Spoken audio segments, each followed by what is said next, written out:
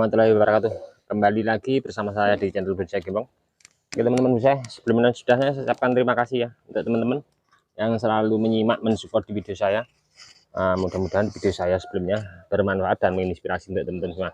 Kali ini saya mau berbagi tips cara tutorial aman untuk packing bahan bonsai ya, entah itu bahan bonsai apapun. Ini sancang program akar dari budidaya turun cangkok, saya pecah, kemudian saya tanam di bak saja ya.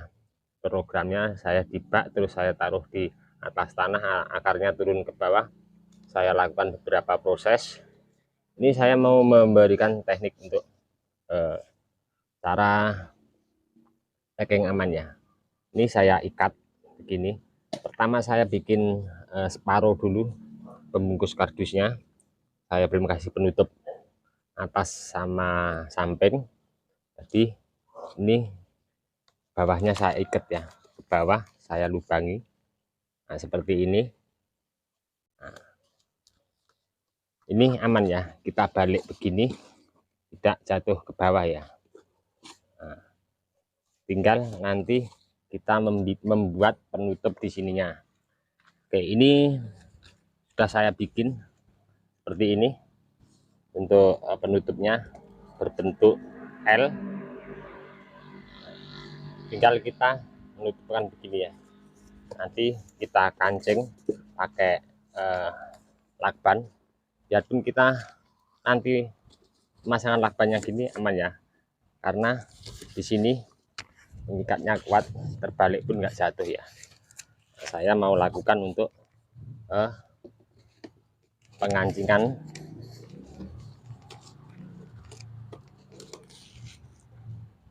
pakai lakban.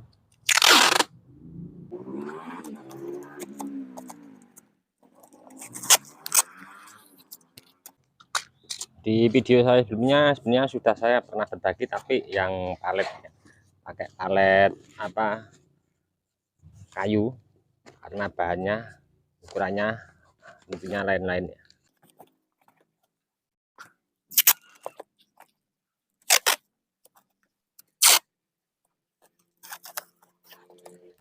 Oke, tinggal merapatkan lakban, dikasih lakban full. Saya biasa kalau packing lakbannya full ya. Kita cari aman saja karena ini tanaman ya.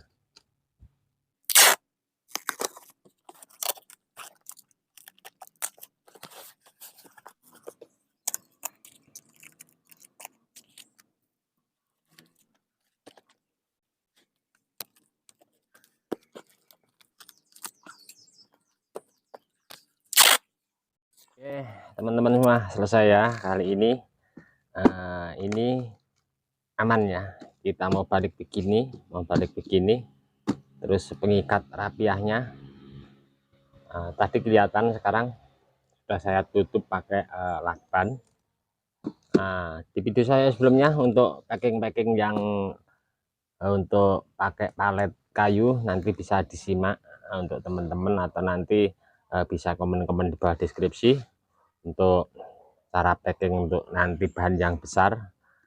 Saya beberapa kali untuk melakukan packing ini, saya pernah update untuk teman-teman semua. Oke, dari kami di channel Bonsai Gembong kiranya cukup sekian dulu. Mudah-mudahan ini tadi sedikit tip bermanfaat untuk teman-teman semua ya. Kita tetap menjaga kondisi bahan bonsai tanaman ini supaya aman sampai tujuannya. Makanya kita harus antisipasi dengan semaksimal mungkin. Cukup sekian dulu dari kami channel Bonsai Gembong. Salam satu hobi, salam budidaya. Assalamualaikum warahmatullahi wabarakatuh.